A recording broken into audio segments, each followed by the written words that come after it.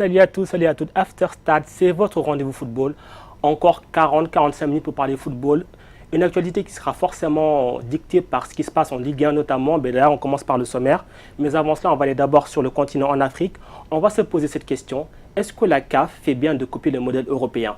On l'a vu dernièrement, hausse du nombre de participants dans les compétitions, nouveau format de la Coupe Interclub, mais aussi délocalisation de la Supercoupe de la CAF. On va se poser la question, est-ce que toutes ces nouvelles formules sont adaptables sur le continent? Ça, c'est pour le premier thème.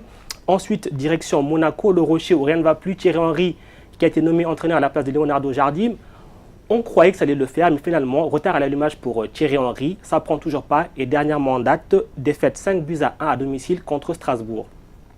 Et enfin, pour finir, le Paris Saint-Germain et son problème au milieu de terrain.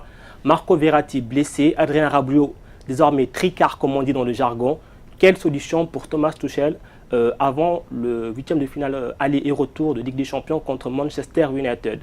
Ça, ce sera pour les thèmes de cette émission, mais forcément, je ne serai pas seul pour en débattre.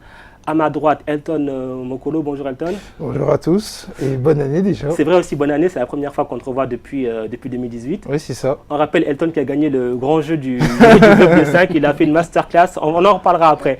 Et aussi pour nous accompagner, notre consultant Alioune Ndiaye. Bonjour Alioune. Bonjour à tout le monde. Et bonne année à toi aussi. Merci à vous aussi pareillement. Alors voilà, messieurs, je disais en introduction dans le sommaire, la CAF se met, on va dire, à l'heure européenne. On a vu récemment, il y avait eu donc le passage en CAN de 16 à 24. Là, il y a la délocalisation de la Supercoupe de la CAF qui doit opposer l'Espérance Tunis au Raja Casablanca. Une nouvelle formule aussi pour les compétitions interclubs. Notamment, on a vu les barrages en Coupe de la CAF. Déjà, on va commencer peut-être par la délocalisation de la Supercoupe à Doha, Elton. Est-ce que c'est une bonne idée? C'est toujours dans un processus de chercher de nouveaux marchés et c'est conforme à ce que disait Ahmad par rapport à sa candidature au poste de président de la CAF et c'est ce pourquoi il a été élu. Il voulait trouver de nouveaux marchés pour monétiser le football africain et à ce titre une délocalisation à Doha et donc avec une exposition telle que voilà, il y a des conditions optimales pour jouer au foot et en même temps vendre le produit qu'est le football africain, c'était quelque chose de tout indiqué. Alors Elton, c'est vrai qu'il y a maintenant cette mode, on va dire, il y a beaucoup de supercoupes qui se jouent à l'étranger, mais est-ce que l'Afrique et la CAF est prête à vendre son produit? C'est difficile déjà de vendre ce produit parce que déjà, est-ce que toutes les personnes qui sont africaines, soit d'origine ou qui ne vivent pas forcément en Afrique, s'intéressent réellement à cette coupe? Donc pour moi, c'est un petit peu trop tôt pour pouvoir s'exporter et s'intéresser à de nouveaux marchés, même si économiquement, c'est sûr qu'on recherche un retour sur investissement, mais pour le moment, je trouve que c'est trop tôt. Parce qu'il y a une variable qui est très importante, les coupes, les championnats qui peuvent se permettre de se délocaliser à l'étranger, c'est parce que les clubs en eux-mêmes, ils ont des marques fortes qui se suffisent à eux-mêmes et qui ont des zones étendues en termes d'influence. Transposé au club de football africain, c'est quelque chose qui reste entre guillemets confidentiel. Alors effectivement, il y a un bon terreau local, mais à l'international, c'est plus compliqué. D'autant plus que là, ça sera au Qatar. On sait que déjà, souvent, c'est compliqué pour la CAF de remplir un stade en Supercoupe. Là, aller au Qatar, est-ce qu'il y aura vraiment un réel engouement du public? Oui, déjà, pour commencer, on peut prendre également le parallèle de la Supercoupe d'Italie. Pour la trouver sur une diffusion, notamment en France, c'était déjà difficile. Donc, c'est pas forcément un choix judicieux pour moi d'aller jouer au Qatar. Pour le moment, même si le Qatar, avec la Coupe du Monde qui arrive, Coupe du Monde 2022, je pense lâche encore plus d'argent et tout ce qu'il faut à tout le monde pour pouvoir, on va dire, créer un engouement également autour du football. Alors l'argent, c'est bien que vous en parliez, Alioune, parce que les détracteurs de la Supercoupe et de cette idée de délocalisation, on a le chiffre de 2 millions de dollars qui a été avancé donc, pour accueillir cette compétition. Ils disent que la CAF cède à l'appel de l'argent. C'est d'appel de l'argent, oui, parce que voilà, ils veulent se structurer. Donc se structurer, on en parlera tout à l'heure. Il y a besoin de nouvelles infrastructures, et donc il faut de l'argent. Et par rapport à ça, ils cèdent entre guillemets en effet à cet appel de l'argent. Pourquoi? Parce que déjà, comme l'a dit Alioune, le Qatar est dans une logique d'exposition. Ils veulent avoir un public qui soit suffisamment assidu par rapport à l'événement footballistique, et donc ils sont dans une démarche d'avoir le plus d'événements possible. Et l'Afrique, la CAF arrive à point nommé dans la mesure où ils ont une compétition à faire valoriser. Et en fait, ils s'entendent. Mais maintenant, est-ce que 2 millions de dollars, ça reste quand même sur des standards vachement bas par rapport aux standards des clubs européens qui vont là-bas? Mais aussi, surtout, tout ça pour quelle visibilité au final? Parce que déjà, la Super Coupe de la CAF, souvent, même pour la regarder en Afrique, c'est pas tout le monde qui a accès. Là, ça va se jouer donc au Qatar. D'ailleurs, ça a été reporté de 3 mois, ça va se jouer le 29 mars. Donc déjà, même pour la date, on ne saura pas exactement. Est-ce qu'il y aura une réelle visibilité au final? Ça, on ne peut pas insulter l'avenir, mais ça m'étonnerait. On va passer aussi, messieurs, donc ça c'était pour la Super Coupe aussi, à l'élargissement des équipes pour la CAN. Donc on est passé de 16 à 24. C'était le grand chantier de ces derniers mois. On a vu les rebondissements que ça a entraîné au niveau de la CAF, les décalages de toutes les CAN. 24, quand même, c'est plus de la moitié des pays du continent africain. Est-ce que c'est pas trop pour une compétition? C'est ce que je disais déjà quand j'étais venu la dernière fois, faut pas aller plus vite que la musique. Et si l'Europe est capable de faire ça, parce qu'ils ont quand même une expertise de près de 60 ans avec les infrastructures qui en découlent, et encore, parce que c'est certains pays qui sont capables d'accueillir ça, parce qu'on voit que ça devient de plus en plus dur pour un pays européen d'accueillir un tel événement. En Afrique, on en est encore loin. Et donc, accueillir déjà la moitié d'un continent, c'est quelque chose de très compliqué. Et à côté de ça, est-ce qu'on a des pays qui ont les infrastructures idoines pour accueillir ce genre d'événement? On n'en a pas beaucoup aujourd'hui. Du coup, Alioune, la CAN à 24, vraie idée ou fausse bonne idée? Fausse bonne idée. Fausse bonne idée. Pour moi, on déplace le problème, notamment avec l'histoire du Cameroun qui n'était pas en mesure d'accueillir donc les 24 équipes. Ouais. Déjà, les 16 équipes, c'était difficile. Alors que l'Égypte, peut-être, pourront le faire. Ça ne m'étonne pas que l'Égypte pourra le faire.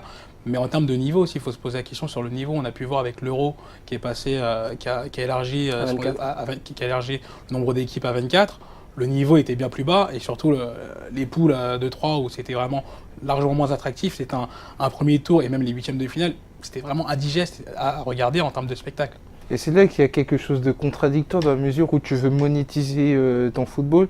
Donc qui dit monétiser veut dire donner un produit de qualité. Ouais. Et par rapport à ça, moi je pense qu'il faut resserrer en termes d'équipe pour avoir un niveau suffisamment acceptable pour que le produit soit mieux vendu. Là on va avoir une compétition élargie avec des écarts de niveau qui vont en découler. Et ça c'est pas la meilleure des choses au moment où tu dois vendre ton produit. Mais est-ce que ça, c'est pas ce qui découle, on va dire, entre guillemets, des ordres de la FIFA? Parce qu'on a vu que Gianni Infantino, c'est le grand pape de l'élargissement. On a vu donc la Coupe du Monde qui va passer à 48, mais on va faire des Coupes du Monde sur plusieurs continents. Notamment, on a vu ce qui va se passer notamment aux États-Unis. Là, on parle peut-être d'Espagne aussi, ensuite Maroc et Portugal. La CAN qui passe à 24, quelque part, c'est la suite du projet Infantino, non? C'est vrai que par rapport, il y a l'ombre d'Infantino qui est derrière ça, et peut-être qu'on peut penser qu'il y a une volonté d'avoir tout un tas d'expérimentations à travers les continents. Et donc, de la manière dont va y avoir ces expérimentations, ça pourra être transposé au plus haut niveau. Donc, je fais référence notamment aux compétitions intercontinentales qui vont réunir tous les continents. Et peut-être qu'il y a effectivement ça. Et forcément, Alioune qui dit plus de compétition, plus de matchs, dit plus d'argent. C'est le fameux leitmotiv de la FIFA. Plus d'argent, mais après, bon, je dirais que le football ne devrait pas reposer uniquement sur le modèle de l'argent. Parce que le football, c'est déjà un plaisir, c'est une passion pour beaucoup de personnes. Et voir du beau football sans faire un genre à certaines équipes qui sont qualifiées pour les premières fois à la CAN, à 16, ça ne serait jamais passé pour eux. Ouais. Donc au final, le niveau déjà il sera bien plus bas, ça sera moins intéressant. Donc peut-être également que les droits TV, il y aura moins d'audience. Moi personnellement, il y a plein de matchs que je vais zapper. Je le sais très bien et je le sais pertinemment. Déjà que j'en zappais pas mal à 16, alors à 24, ça va être... je vais en zapper combien? Parce que le niveau, il va être indigeste. Ouais. On le sait. On le sait pertinemment. Mais est-ce que quelque part, même de façon plus globale, on a vu qu'il y a de plus en plus de matchs, mais est-ce qu'il y a justement, on va dire, le revers de la médaille, c'est qu'on voit de moins en moins de bon football? Ouais, c'est effectivement ce que disent certains acteurs du football, à savoir qu'on n'a jamais eu autant d'offres élargies en termes de football, mais quand tu cherches la qualité, c'est quelque chose de très compliqué, parce qu'effectivement, il y a peut-être aussi un effet d'usure mentale pour les téléspectateurs, voire les spectateurs qui vont dans les stades, et à côté de ça, tu n'as pas nécessairement les infrastructures pour permettre de profiter de ça, et c'est pour ça qu'il faut plancher là-dessus, peut-être faire vivre l'expérience d'une autre manière. Alors, messieurs, on va rester un petit peu dans le domaine de la CAN à 24. Elle va quand même poser pas mal de questions, notamment au niveau de l'organisation. On l'a rappelé, il faut quand même au moins 6 stades pour organiser une CAN, sans compter les infrastructures, entraînement, hôpitaux, routes, hôtellerie. Est-ce qu'à Lyon, il n'y a pas un risque de voir certaines zones d'Afrique notamment, pour l'instant, être totalement exclues? de pouvoir organiser la CAN. Totalement, notamment là, en Afrique de l'Ouest, on a pu voir que avec la Guinée qui pourrait faire une candidature conjointe avec le Sénégal, parce que forcément un pays comme par exemple le Sénégal, le Mali ou la Guinée ne pourront pas accueillir une CAN à 24. Que ce soit même à 16 aujourd'hui, ils n'en sont pas capables. On prend l'exemple du Sénégal où il y a 2 stades et un stade à rénover. C'est impossible pour notamment l'Afrique subsaharienne, où ça sera bientôt plus difficile. Il y aura certains pays qui ressortiront comme toujours, mais ça sera toujours les mêmes. Après, le problème qui se pose pour moi avec l'Égypte, ça sera sur la sécurité. Il ne faut pas oublier les problèmes qu'il y a eu dernièrement en Égypte. Donc c'est une question qui sera primordiale pour cette organisation et surtout pour cette CAN. Tout le monde nous regardera et j'espère qu'il n'y aura pas encore de soucis de sécurité. Et du coup, Elton, la solution, ce serait quoi? Des co-organisations? Oui, ça serait des co-organisations, avoir... Pour repasser à 16, après, c'est pas gagné. Dans la mesure, ça serait bien de repasser à 16, mais je pense qu'en l'état actuel des choses, ils sont partis pour être à 24 et c'est difficile de faire un retour de pédale. Et donc par rapport à ça, ouais, peut-être co-organiser, mais encore une fois, ça implique quoi? Ça implique des comités d'organisation avec différents intermédiaires, et donc c'est très difficile pour coordonner tout ça, alors qu'avec un seul comité d'organisation, c'est plus facile. Et donc là, par rapport à ça, on peut être pessimiste. Et du coup, alors, juste avant de finir ce thème, dernière question, messieurs. À l'heure actuelle, est-ce qu'on peut dire que l'Afrique est prête pour cette mise à niveau qui est demandée par le football moderne? Plutôt difficile. On verra avec la VAR comment ça se passe déjà pour commencer. Et j'espère que ce sera une réussite et tout se passera bien pour l'image de l'Afrique. Parce qu'on a souvent montré du doigt sur le fait qu'on pouvait être les derniers, notamment sur l'organisation de nos compétitions. Mais on n'a pas à envier, par exemple, l'Asie. Actuellement, il y a la Coupe d'Asie. Je ne suis pas au courant de qui est qualifié et à quel stade où on est. Si Sakai n'était pas à l'Olympique de Marseille, je n'aurais pas su qu'il se passait quelque chose. Il vient d'annoncer qu'il est supporter de l'Olympique de Marseille. Oui, j'ai mal. C'est vrai, hein. Du coup, mais après, par exemple, voilà, comparons vite fait la zone AFC et la zone CAF. Alioune vient de le dire, on n'est pas au courant qu'actuellement il y a la Coupe d'Asie. Est-ce que la zone CAF n'est pas dans la même problématique? Non, parce que moi je pense qu'il y a la diaspora africaine qui fait que voilà, il y a la CAF, la compétition africaine, ça permet d'être suivi, alors que la diaspora asiatique en termes d'elle-même, dans son rapport au football, c'est plus compliqué pour eux d'avoir un effet de masse, chose que la CAN peut avoir, et c'est ce qui la sauve entre guillemets, parce que ouais, elle continue de susciter un certain événement aux 4 coins du monde, et c'est son avantage. Mais nous, il reste à structurer tout ça avec les infrastructures comme ça a été évoqué tout à l'heure. Et surtout, le plus important, la qualité footballistique. La qualité footballistique, on attendra forcément en juin prochain en Égypte, première CAN de l'histoire à 24 équipes. Messieurs, on va aller du côté de la principauté de Monaco où rien ne va plus. Monaco battu par Strasbourg à domicile 5-1. Alors, on rappelle quand même au début de saison, compliqué de Monaco déjà, Leonardo Jardim qui se fait remercier, arrive Thierry Henry, on se dit, oh là là, Thierry Henry, ça va être du lourd, ça va peut-être prendre finalement. Ça fait pchit. Du coup, déjà, c'est quoi le problème actuellement à Monaco, Elton? Je pense que c'est un problème global. Il y a un problème de niveau en termes de joueurs parce qu'effectivement, à Monaco, il y a beaucoup de joueurs. Je crois qu'il y a 50 joueurs qui sont sous contrat, ce qui est déjà énorme pour un club professionnel. Mais à côté de ça, tu n'arrives pas à trouver une ossature, un 11 qui est capable de vivre journée après journée. Et ça se retrouve sur les matchs de Ligue 1 et matchs de Coupe où, en termes de niveau, on a des écarts qui sont démentiels. Ils n'arrivent pas à gagner des matchs. Après, effectivement, il y a le problème aussi du coach. C'est peut-être un problème moindre parce qu'il vient d'arriver, mais le fait est que Thierry Henry, avec Monaco, ils n'arrivent pas à trouver ce clic qui permet à Monaco de gagner des matchs. Et ça, c'est problématique parce qu'on sait que Monaco est relégable et ça va être une situation difficile. Alors d'absolu, ils ont recruté cet hiver de manière massive, mais il n'est pas dit que ces recrues t'apportent quelque chose sur la durée si ça continue comme ça. Bien sûr. Souvent, Alioune, quand un entraîneur est limogé, qu'un nouvel entraîneur arrive, il y a le fameux choc psychologique. On ne l'a pas senti à Monaco. On ne l'a pas senti du tout. Ils étaient 19e avec Jardim, ils le sont toujours avec Thierry Henry. Et je dirais que c'est même plus alarmant avec Thierry Henry, parce que, comme tu peux le dire, Normalement, on s'attendait à un renouveau de la AS Monaco en disant que Thierry Henry ramène un nouveau souffle, ramène des nouvelles idées et que peut-être que le discours ne passait plus avec Jardim. Et je pense que c'est tout autre. Déjà qu'en termes de niveau, le niveau est vraiment bas, comme a pu le dire Elton. Mais je ne pense pas qu'il n'y a que le niveau, parce que même il y a des bons joueurs quand même. Ouais. Ok, ils sont pas aidés avec toutes les blessures qu'ils peuvent avoir. Mais je pense que le coach pose un énorme problème. Alors, certes, il y a l'aspect blessure, mais il y a aussi un autre aspect qu'a souligné Thierry Henry après la défaite contre Strasbourg, c'était la vidéo assistance. On va voir un petit peu ce qu'il en dit et puis on revient en plateau pour en débattre. Écoutez ça vaut le détour. J'ai un scoop pour vous.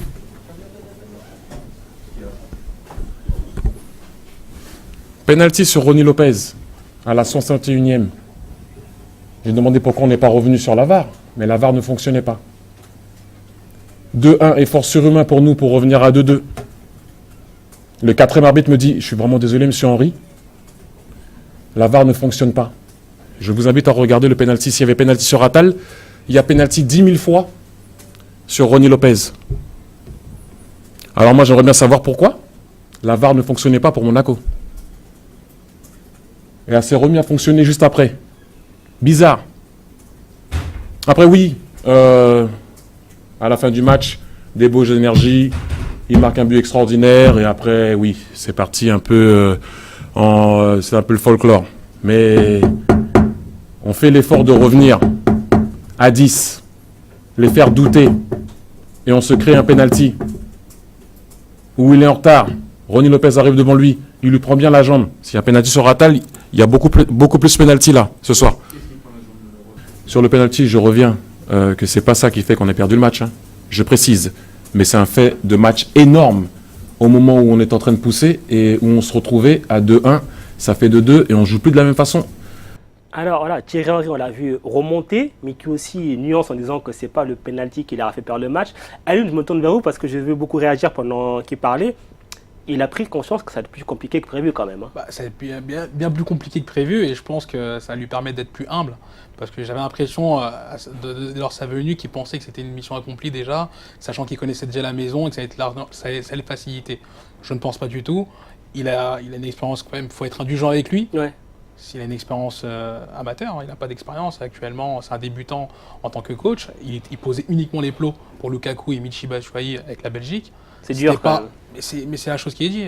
Qui est l'entraîneur des attaquants en équipe de France?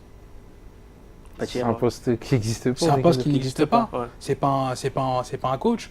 C'est un coach à en devenir, on en est sûr. Maintenant, c'est un très grand joueur. Un très grand joueur n'est pas forcément un très grand coach. Ouais. On a pu le voir avec Papin, pour moi qui est un immense joueur, ou avec Maradona. Et ils ont été des coachs bien nuls. Je pense que ça va plus ressembler ça peut ressembler plus à une Makelele, qui s'est brûlé les ailes très tôt, avec Bastia, avec une équipe qui était un projet casse-pipe. Et là, je pense qu'aussi, il a choisi un projet casse-pipe. Elton, on va juste rebondir sur ce qu'a dit Aline il y a quelques instants, quand il parle de l'humilité. Est-ce qu'effectivement, Thierry Henry ne s'est pas dit je connais Monaco, ils ont une équipe de talent, j'arrive, ça va repartir tout seul? Bah oui, il y a toujours une volonté de se dire que voilà, on arrive avec un discours nouveau et donc forcément ça va le faire dans la mesure où voilà, par rapport au caractère de Thierry Henry tel qu'on le connaît, voilà, il y a beaucoup de confiance en soi et peut-être qu'il a pensé naïvement que ça suffirait. Le fait est qu'il y a une difficulté qui est propre à Monaco. Il y a des joueurs qui sont atteints mentalement et donc il faut trouver des leviers pour tout faire qu'ils soient débloqués mentalement. Et ça, Thierry Henry, pour l'instant, il n'arrive pas à trouver ça et il commence à... dans son discours, il y a quelque chose de contradictoire. Là, c'est l'incarnation même.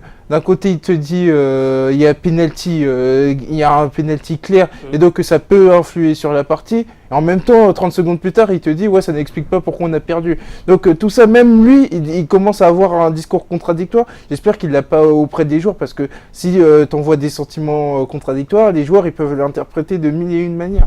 Vous l'aurez compris en tout cas, tout le monde se cherche à Monaco, même Thierry Henry.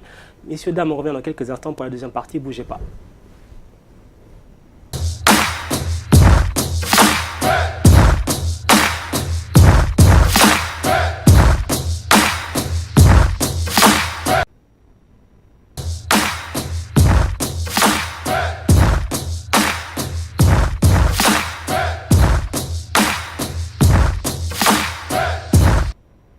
After Stade, deuxième partie, toujours accompagné d'Elton Mokolo et Aliou Ndiaye. Aliou d'ailleurs qui en off nous disait il ne faut pas insulter l'avenir. Qui sait, peut-être que Thierry Henry va faire une Deschamps, parce qu'on rappelle quand même que Deschamps, quand il arrive à Monaco, c'était pas trop ça. Hein. Non, c'était pas du tout ça. Quand Deschamps est arrivé, il a pris également l'équipe en cours d'année. Ça a été difficile pour lui sur les 6 derniers mois. Ils sont terminés 16e si je me souviens bien. Mais après, je pense aussi que Deschamps a une capacité et bien plus pragmatique que Thierry Henry, qui est arrivé quand même avec des idées où il voulait avoir un jeu attrayant, alors que quand on fait le pompier de service, et je pense qu'il y a des meilleurs pompiers de service que Thierry Henry, et c'est pour ça qu'il aurait dû décliner cette offre, je pense. D'ailleurs, on rappelle Thierry Henry qui à l'époque était d'abord contacté par Bordeaux, ça ne s'est pas fait, qui finalement se retrouve à Monaco, peut-être qu'il pensait qu'il aurait plus de garantie finalement. Ouais, parce qu'en termes de joueurs, il y a une qualité qui est supérieure à Bordeaux, les moyens économiques sont supérieurs à Bordeaux, et donc il a dû penser que ça serait entre guillemets plus facile. Alors qu'à Bordeaux, on était dans une situation contractuelle où les nouveaux propriétaires n'étaient pas arrivés. Enfin, si, ils étaient sur le point d'arriver, mais ils n'étaient pas là. Donc il y avait une espèce de transition qui était bizarre. Henry s'est dit, je vais pas mettre les pieds dedans, alors qu'à Monaco, il pensait que voilà, c'était entre guillemets plus assaini parce que il y avait des moyens économiques. On lui avait promis qu'à l'hiver, effectivement, ça s'est passé, on avait recruté de manière massive, et à côté de ça, il y avait des joueurs de qualité, mais le fait est qu'on arrive, le dénominateur commun, c'est quoi? C'est que d'un côté, à Bordeaux, ça marche bien, visiblement, alors qu'à Monaco, ça marche pas du tout. Du coup, c'est quoi le problème à Monaco? Parce qu'on a dit, oui, il y a les blessures, mais ça explique pas tout. On a dit, le groupe est jeune, ça explique pas tout. Récemment, ils ont recruté des joueurs d'expérience, quand même, il y a Fabregas qui arrive, il y a Naldo qui fait une faute hallucinante contre Strasbourg. Tu relativises sur l'expérience. Voilà. C'est ça en fait. Ça veut dire quoi l'expérience au final? L'expérience, ça veut tout et rien dire, parce qu'au final, c'est également le niveau qui est le plus important. Parce que le souci déjà de Monaco, c'est que quand tu arrives dans une équipe, dans un collectif qui tourne mal, forcément, quand tu as un joueur comme Fabregas ou comme Naldo, qui s'appuie sur le collectif et non pas sur l'individualité, c'est plus difficile. Donc après, il ne faut pas insulter l'avenir, comme je le dis toujours. J'ai pas envie dans 6 mois, on monte l'image, ils ont gagné la Coupe de la Ligue, et ils sont maintenus, et j'espère pour eux. Ouais. J'espère pour eux que ça va se passer. Mais ça me semble compliqué. Ça me semble compliqué dans la mesure où Thierry Henry ne montre pas forcément des signes d'amélioration, et encore pire, j'ai plus l'impression qu'il gagne en nervosité, et son caractère ressort, et je pense que ça peut être difficile et problématique pour la suite de cette saison. Alors, quand on voit le groupe Elton, quand on voit des fois aussi les attitudes qu'a Henry, est-ce qu'on n'a pas plus affaire à un grand frère, un éducateur d'un groupe plutôt qu'un coach?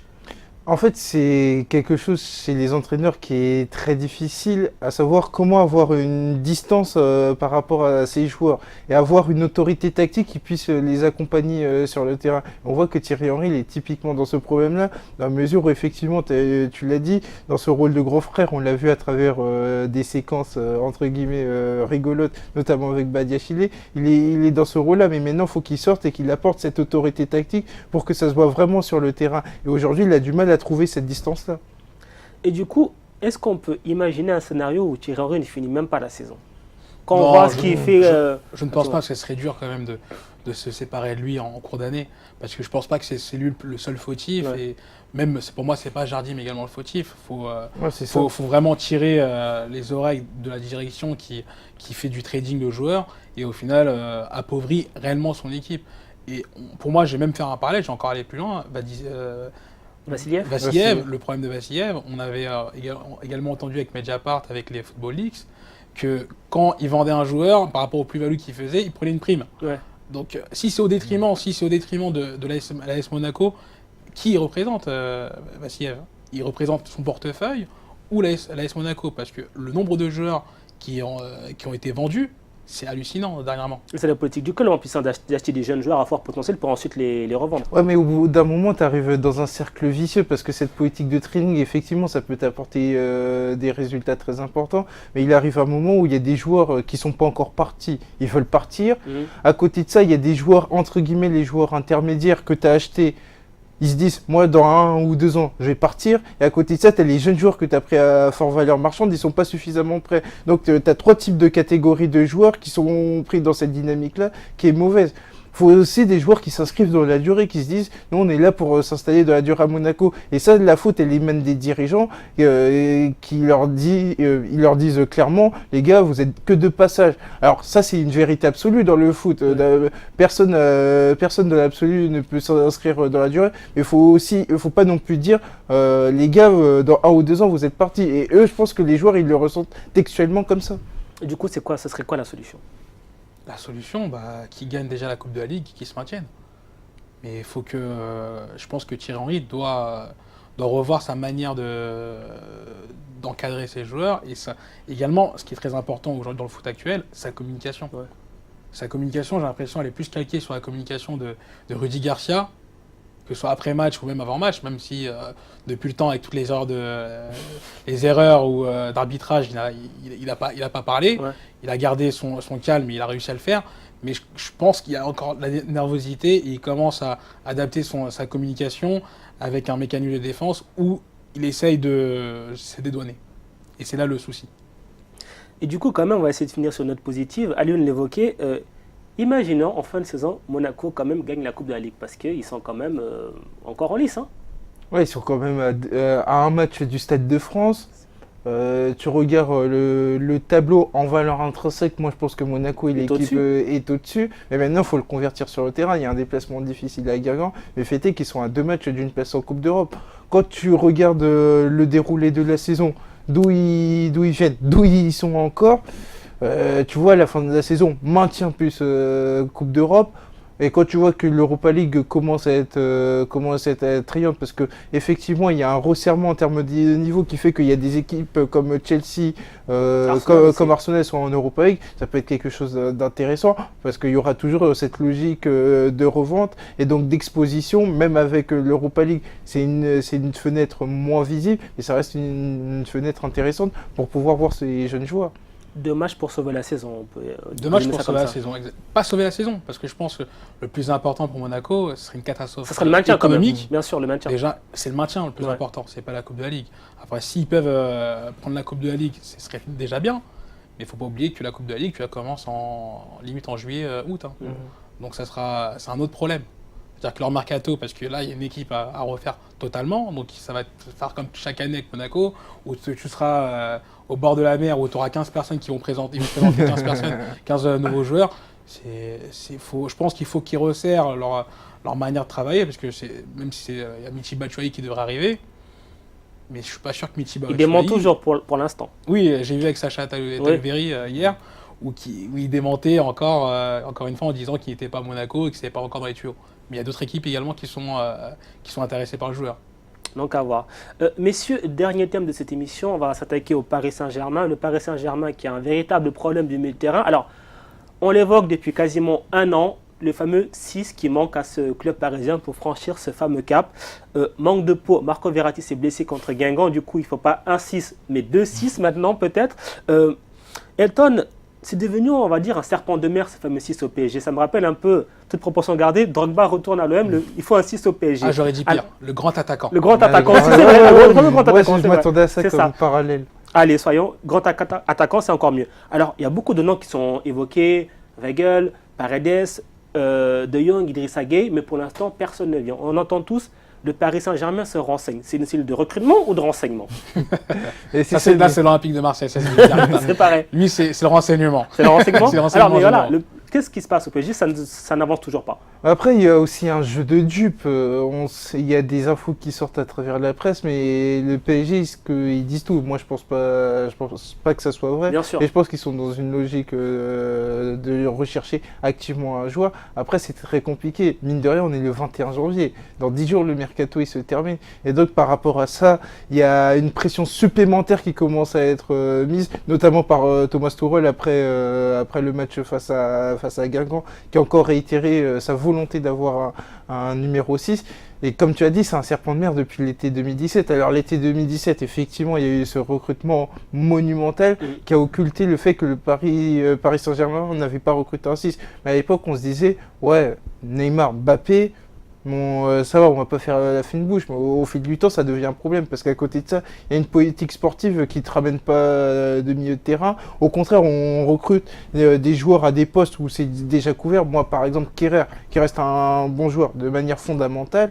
Est-ce que dans l'absolu, c'était pas une priorité. C'était pas une priorité. La priorité, c'était de recruter dans ce secteur-là, dans la perspective des huitièmes de finale. Et face à Manchester United, à côté de ça, on a un Marco Verratti qui est coutumier du fait, qui arrive soit blessé, soit dans un état pas forcément bien pour attaquer un huitième de finale de Ligue des Champions. Et ça commence à faire 2-3 ans. Et ça, le PSG n'a pas anticipé. Est-ce que ça, c'est pas justement, Aline, le souci du PSG pour franchir ces fameux paliers? Justement, l'anticipation, veut dire, on le sait depuis longtemps quand même qu'il y a ce problème de 6 qui les plombe chaque fois. Oui, comme vous le dites depuis tout à l'heure. Et je trouve que vous êtes très gentil. Ah ouais. Quand vous dites que c'est depuis l'été 2017 que... Non, en fait, on va dire que l'été 2017, le recrutement de Neymar plombe tout derrière. Oui, on est d'accord. Forcément. Mais on sait depuis quand que Thiago Motta allait arrêter. Thiago Motta, il avait même décidé de raccrocher les crampons une année précédente. Ils ont tout fait pour qu'il continue. Mais elle est où la direction sportive? Même si c'était Kluivert à un certain moment, c'était Létang, Kluivert, et ensuite c'est Enrique. Mais il y a un gros souci en termes de recrutement. Même si on est d'accord, je suis d'accord avec vous que l'arrivée de Neymar et de Mbappé, c'était rocambolesque et c'est un très gros recrutement. Mais je pense qu'il ne fallait pas faire l'impasse sur ce joueur-là, notamment quand on sait qu'il y avait des soucis avec Rabiot, on va revenir juste après dessus, qui ne voulait pas jouer 6. Le recrutement de certains joueurs, des erreurs de casting. Le PSG, je pense, s'ils veulent avoir des ambitions prochaines pour la Ligue des Champions, ils sont obligés d'avoir un numéro 6 de talent, pas un numéro 6 d'intérim. Mais tu veux que je te dise un truc, c'est même pas l'été 2017, c'est depuis l'hiver 2014. On a eu des Cabaye, on a eu des Stambouli, des joueurs qui devaient s'inscrire dans la durée pour l'après-Mota, qui n'ont jamais prouvé. Parce que le PSG, moi je pense que ça n'engage que moi, je pense qu'ils n'ont pas voulu recruter de manière qualitative, ils ont voulu recruter des éléments de rotation. Ouais, mais à un moment donné, ça reste des éléments de rotation qui vont pas nécessairement faire grandir le PSG. Il n'y a qu'à voir, derrière, depuis Cabaye, Stambouli, c'est pas nécessairement les joueurs majeurs de leur club respectif. D'ailleurs, ils n'ont pas beaucoup de protagonisme là-bas. Et donc, c'est une faute qui date depuis 4-5 ans. Et ça, à l'échelle d'un club, c'est quelque chose qui est pas très rassurant. Alors, on va remonter dans le temps, messieurs, il y a encore quelques temps, justement, le PSG avait un milieu de terrain Mota, Verratti, Matuidi et un certain Adrien Rabiot en 4e joueur. Il y avait une certaine rotation, il y avait aussi Christopher Nkunku qui entrait. Depuis Mota, retraite, Matuidi il a été envoyé à la Juve, on a vu quand même qu'il cartonnait à la Juve. Aujourd'hui, ils le prennent tout de suite, Matuidi. Voilà, on est d'accord. Verratti, il est sur une jambe et demie ou une jambe quand il veut. Rabiot qui ne veut pas jouer en 6, qui d'ailleurs maintenant ne va pas prolonger, qui va partir, du coup on l'a mis au placard. C'est grave quand même. C'est la cacophonie complètement. Déjà quand tu me parles du cas Matuidi, pour moi c'est pas le meilleur des joueurs et je pense qu'on est tous les trois à le dire à l'unanimité que c'est pas le meilleur des joueurs. C'est pas le plus beau joueur à voir, mais c'est un joueur de devoir. C'est ça. Et c'est ça qui manque aujourd'hui au PSG, notamment au milieu. On a pu le voir sur l'année dernière, on a fait de la place à Rabiot. Rabiot n'est pas un joueur de devoir, c'est un joueur de talent, mais c'est pas un joueur de devoir. Donc le souci également, il y a également Guedes qui est parti, même si c'est pas le même poste. Ouais. Guedes, il y a eu Lo Celso que Tuchel ne voulait pas. Mais par exemple, Lo Celso, je trouve que cette année, il aurait pu servir. D'ailleurs, c'est Lo Celso qui cartonne au Betis. Hein. D'ailleurs, il a été nommé meilleur recrue du Betis. Même de la Liga sur la demi-saison par Marca. Donc ça montre bien qu'il a une certaine influence côté Betis. Alors quand on voit ça là, le départ de Lo Celso, le cas Rabiot qui a été géré comme on le connaît, départ de Matuidi, l'après-Mota apparemment pas travaillé. La Sanadiara aussi qu'on a fait venir en urgence qu'on n'utilise pas, qui est le meilleur ami de Mbappé, c'est ça? Exactement. Donc c'est quoi cette cellule de recrutement? Qu'est-ce qui s'est passé? Est-ce qu'à un moment donné il n'y a pas eu trop de conflits d'intérêts, de micmac? Après, c'est la problématique, comme tu as dit, Mansour, à savoir que le PSG, ça reste quand même un gâteau où tout le monde veut se servir. C'est ça. Et à côté de ça, il y a beaucoup de zones d'influence. On parle d'un État qui est géré par un État, ce qui est inédit dans le fonctionnement d'un club de haut niveau. Et donc, à côté de ça, il y a un directeur sportif portugais, il y a un entraîneur allemand. Et à côté de ça, il y a des intermédiaires de différents pays. Donc déjà, rien qu'au niveau de la barrière de la langue, bon, ils parlent plusieurs langues, mais déjà, il y a des affinités linguistiques. Des sensibilités. Ouais, aussi, il y a des sensibilités qui font que c'est une tour de Babel, en fait. Une tour de Babel où chacun parle de manière différente. Et à un moment donné, il y a le son de cloche qui est différent. Et ce qui fait que quand il faut dresser une politique sportive, chacun va vouloir étendre son influence. Et quand tu veux étendre ton influence, qu'est-ce que tu fais? Tu veux court-circuiter les pistes de certaines personnes. Et au final, on en arrive où le PSG est à croiser des chemins et ils n'ont pas de recrues. Alors, messieurs, une grosse recrue cet hiver, parce qu'on sait que généralement le mercato d'hiver, c'est, on va dire, un marché d'appoint. Ouais, justement. Est-ce que c'est possible d'avoir une grosse pointure qu'on va payer cher et qui pourra en plus jouer la Coupe d'Europe? Parce que c'est ça aussi le truc. Maintenant, avec la nouvelle règle, tout le monde peut jouer la Coupe d'Europe, c'est déjà bien. Mais le souci, C'est ça qui les sauve. Ouais, c'est sûr, c'est ça qui les sauve. Pour commencer, et je pense qu'ils y ont pensé en se disant qu'on va voir le début de la saison, si ça passe, mais quand c'est une honte de voir le PSG qui a autant d'argent, aussi mal d'utiliser, quand tu vois que c'est Marquinhos qui est numéro 6 contre Liverpool, c'est pas normal. Ouais. C'est anormal que ce qu'il se trouve dans cette position, normalement il doit jouer à son poste. À son poste, bien sûr. Et comme a pu le dire également Elton, il y a la part du gâteau est très, très importante, il y a beaucoup d'argent, il y a beaucoup d'enjeux. Il y a le monde des agents qui tourne autour, les Pinizavi et toute la bande. Et au final, il y a tous les joueurs que Tuchel a ramenés, les Allemands. On voit qu'il y a une touche allemande, Choupo-Moting, Kehrer, Jean Bernard. Donc au final, ça fait beaucoup de choses. Donc il y a une lutte d'influence également par rapport aux origines. Et je trouve que c'est un bon point que Kelton a relevé, parce que c'est un gros souci au PSG. Aujourd'hui, il n'y a pas de joueur qui vient.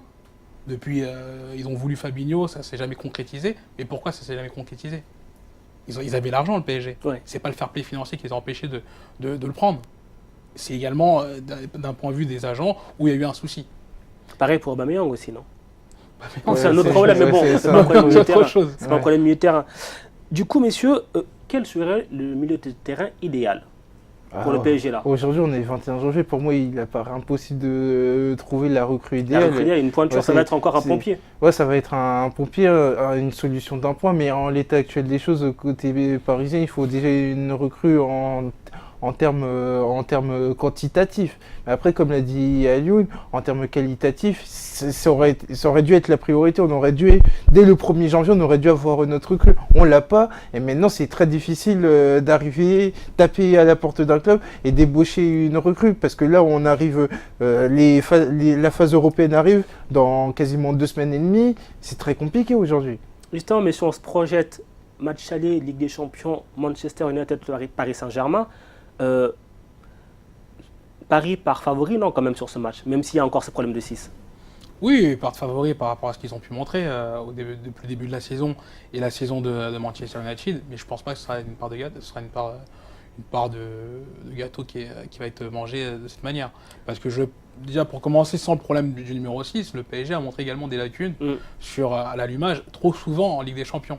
Donc Manchester United, c'est un club avec une identité, une culture de la Ligue des Champions, des grands joueurs qui y sont, des personnes qui veulent tout donner, notamment comme Pogba, qui veut se racheter de son début de saison catastrophique et de sa bisbille avec Mourinho. Il y a beaucoup de choses à prouver, donc ça ne sera pas si facile que ça. Paris est favori pour ce qu'ils ont montré effectivement sur le début de saison, mais le fait est que depuis un mois, l'écart se réduit considérablement entre Manchester United et PSG. Manchester United commence à développer un football intéressant, et par rapport à ça, dans le secteur du jeu qui est central dans le football, qu'est le milieu de terrain, Manchester, force est de constater qu'ils ont plus de qualité. Ouais. Et quand tu sais qu'un Verratti va arriver peut-être amoindri, il est sous le coup d'une suspension pour le match retour. C'est des considérations qui sont très importantes parce que tu seras à Old Trafford. Old Trafford, avec toute la mystique qu'il peut y avoir dans ce stade-là, c'est pas quelque chose qui est très évident côté PSG. Et c'est Thomas Tuchel qui l'a dit. Il va être très difficile de gagner un match en février, un match européen en février, mars ou avril avec cet effectif-là. La seule chance pour le PSG, c'est que Manchester United va rencontrer Liverpool, Arsenal et City, si je me trompe pas, tout en l'espace de 3 semaines. C'est la seule chance pour moi pour le PSG et une très bonne chance. Hein, parce qu'ils vont lâcher forcément des plumes, que ce soit en termes de joueurs qui peuvent avoir des blessés, mais également en termes de fatigue et toute autre chose. En tout cas, vous l'aurez compris, le temps presse pour le Paris Saint-Germain. Le mercato d'hiver se termine le 30 janvier. l'heure tourne et il manque un 6 au PSG, voire même 2 si Verratti se claque. Messieurs, merci en tout cas pour votre participation. Et nous, forcément, chers téléspectateurs, on se donne rendez-vous lundi prochain, même lieu, même heure. Portez-vous bien.